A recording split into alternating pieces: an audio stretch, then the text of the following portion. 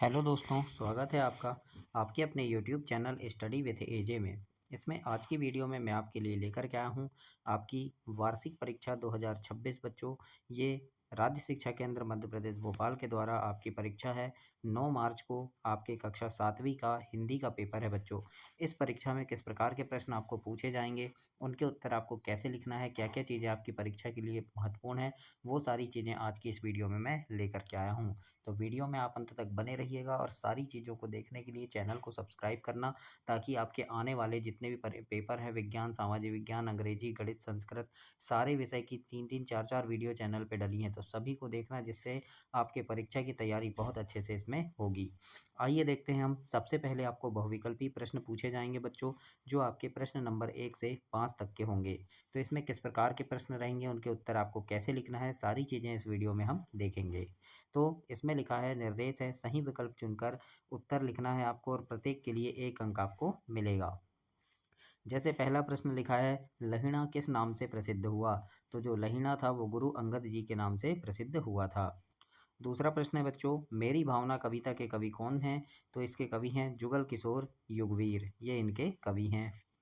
प्रश्न नंबर 3 देखते हैं। इसमें लिखा है, मृत्यु के बाद गंगा में अपनी अस्थियों का विसर्जन करने के पीछे नेहरू जी की गंगा के प्रति क्या मान्यता थी? तो उनका गंगा के प्रति जो था वो लगाव था, है ना। तो बी नंबर इसमें सही उत्तर होगा, उनका लगाव था।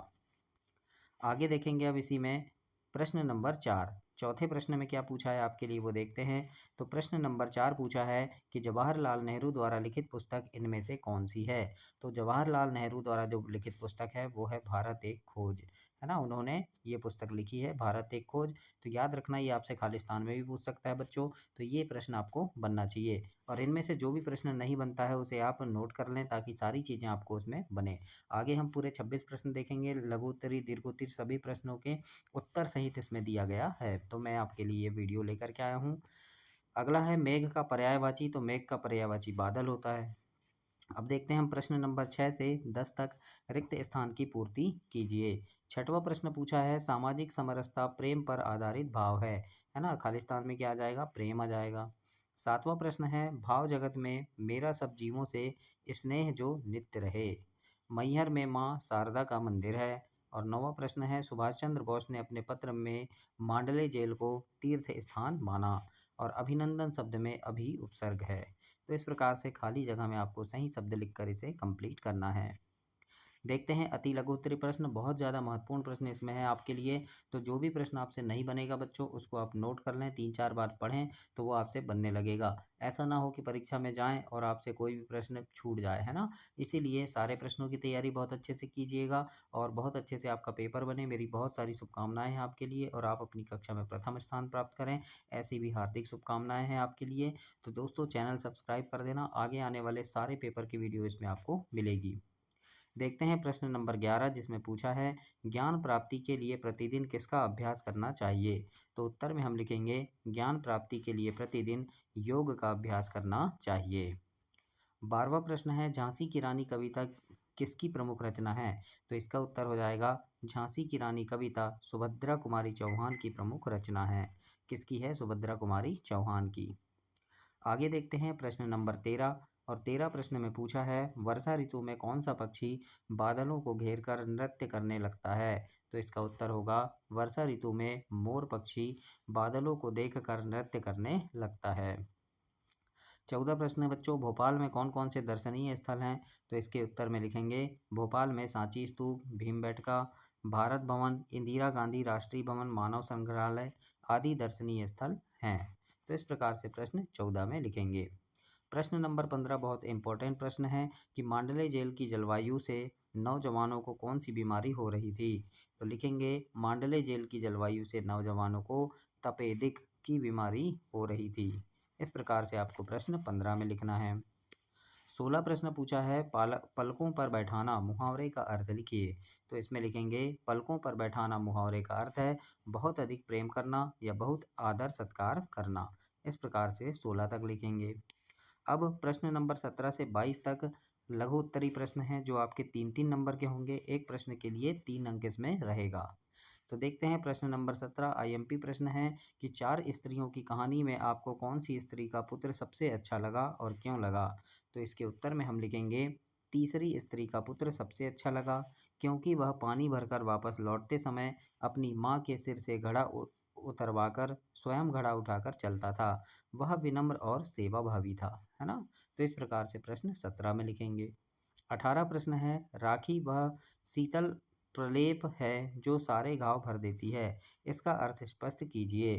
तो उत्तर में लिखेंगे इस पंक्ति का अर्थ है कि राखी प्रेम, त्याग और भाईचारे का ऐसा शीतल बंधन है जो भाई बहन के बीच मनमुटाव, दुख या किसी भी प्रकार के घाव को अपने पवित्र स्पर्श से मिटाकर उन्हें फिर से स्नेह के धागे से जोड़ देता है। इस प्रकार से प्रश्न 18 के उत्तर में हम लिखेंगे। 19 नंबर में प्रश्न लिखा है कि कवि तुलसीदास ने काया और मन की तुलना किससे की है? तो उत्तर में हम लिखेंगे कवि तुलसीदास ने काया की तुलना कपास से और मन की तुलना दूध से की है। 20वां प्रश्न है बच्चों, अष्टांग योग के अंग बताना है आपको। तो लिखेंगे अष्टांग योग के 8 अंग हैं, यम, नियम, आसन, प्राणायाम, प्रत्याहार, धारणा, ध्यान और समाधि। तो ये याद रखिएगा, अष्टांग योग के ये अंग हैं, तो इन अंगों के नाम भी आपको याद रखना है।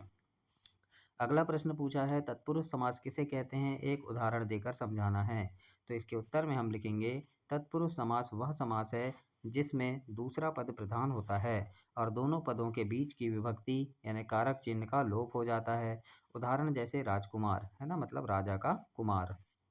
प्रश्न नंबर 22 देखते हैं, गद्यांश को पढ़कर नीचे लिखे प्रश्न के उत्तर देना है। आपके पेपर में एक गद्यांश पूछा जाएगा बच्चों, जिसको पढ़ करके आपको नीचे के उत्तर ऐसे देने हैं।